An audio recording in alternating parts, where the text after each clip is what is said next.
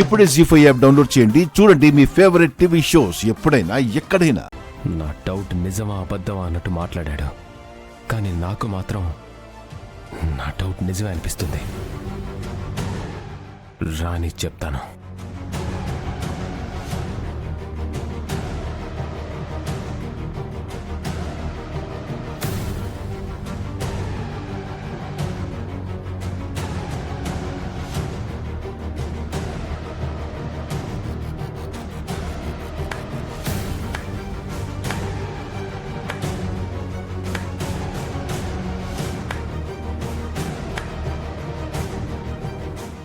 Welcome police officer. మీకు phone చేసింది నేనే. దొంగల్ని పట్టుకునే పోలీసులు అయ్యుండి దొంగలాగా దాక్కోవడం ఏంటి సార్? నేను పోలీసునని చెప్పుకోలేనంత తప్పుడు పనులు ఏం చేస్తున్నారు సార్? నేను పోలీసునేంటి యువరాజ్? నేను స్కూల్ టీచర్ని. అసలు నువ్వు ఏం మాట్లాడుతున్నావు? నేను పోలీసుడి ఫోన్తో చేస్తే ఎవరు మీరు, నాకెందుకు కాల్ చేశారని అడగకుండా ఇప్పుడే వస్తానని మీ టీం మెంబర్తో చెప్పినట్టు చెప్పారెందుకు సార్?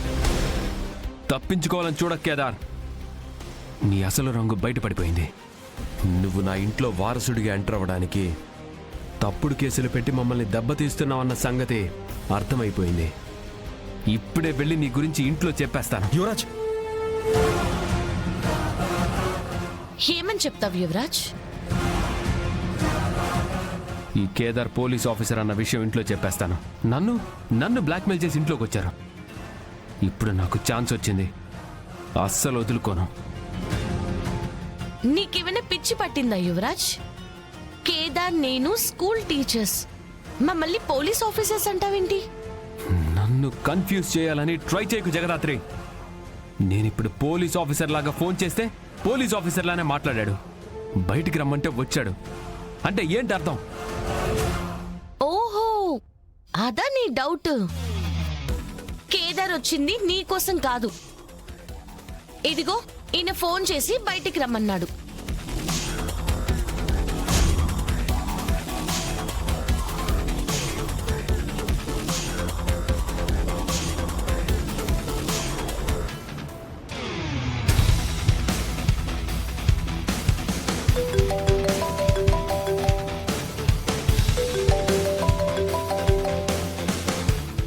ఎవరిది నంబర్?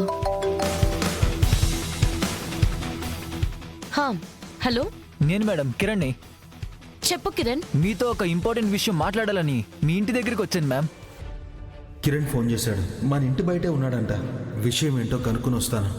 నువ్వు కేడీకి ఇంతకు ముందు ఏమైనా ఫోన్ చేసావా? లేదు మ్యామ్, మీకే ఫోన్ చేశాను. సరే వస్తున్నానుండు. Okay ma'am. కిరణ్ కేడీకి ఫోన్ చేయలేదంటే మరి ఇంకెవరు చేశారు? ఖచ్చితంగా ఎవరికో మా మీద అనుమానం వచ్చినట్టుంది.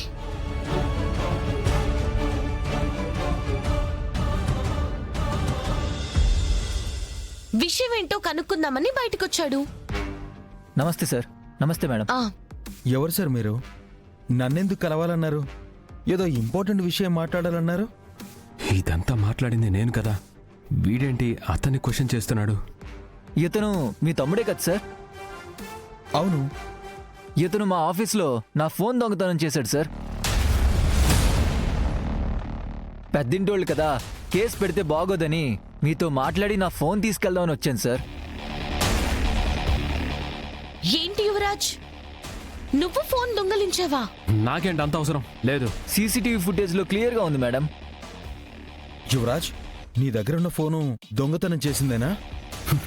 ఇది నా ఫోన్. అయితే ఫోన్ బ్యాక్ సైడ్ చూడకుండా అది ఏ కంపెనీ ఫోనో చెప్పు.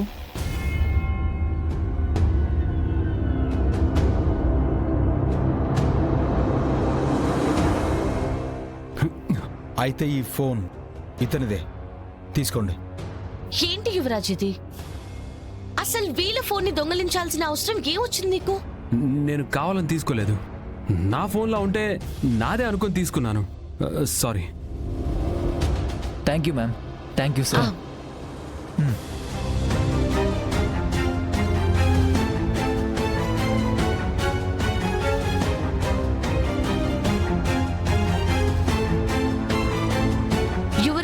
మన మీద అనుమానం వచ్చినట్టుంది కేదార్. అందుకే నీకు కిరణ్ ఫోన్తో కాల్ చేసి టెస్ట్ చేశాడు. సమయానికి కిరణ్ నాకు ఫోన్ చేశాడు కాబట్టి సరిపోయింది. అవును దాత్రే, మన మీదేమో తెలియదు కానీ నా మీద మాత్రం అనుమానం వచ్చినట్టుంది. ఇక మీదట కేర్ఫుల్గా ఉండాలి. నేను దొంగతనం చేశాను, కానీ నేను ఫోన్ చేసినప్పుడు కేదారే మాట్లాడాడు. కానీ జగదాత్రి వచ్చి అతను ఫోన్ చేసి పిలిస్తేనే వచ్చినట్టు కవర్ చేసింది. Something is wrong. అదేంటో కనుక్కోవాలి.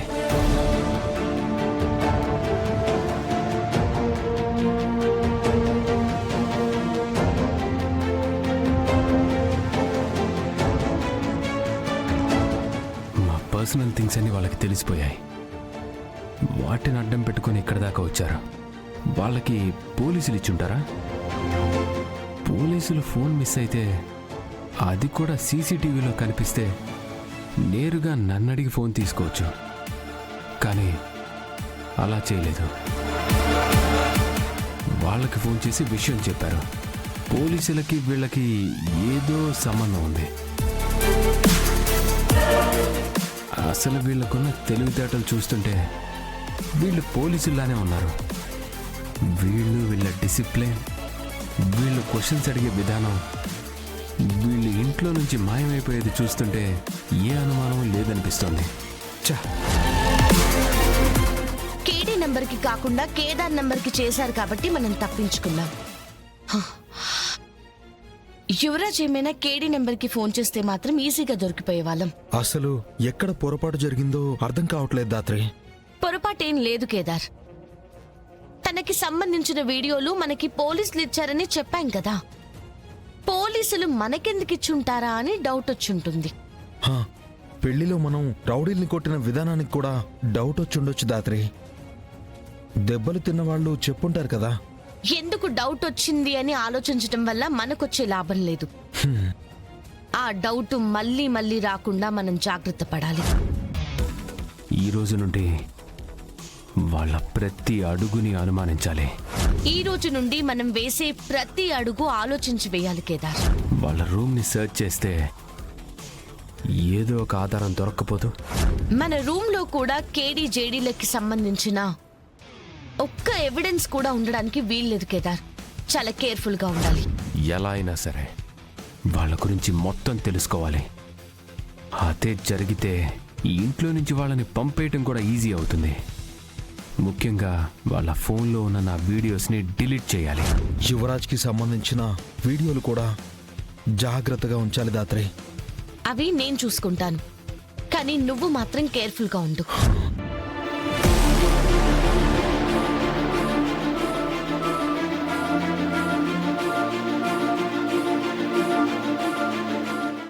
జీ5 యాప్ డౌన్లోడ్ చేసి అన్ని ఎపిసోడ్స్ పూర్తి ఉచితంగా చూడండి.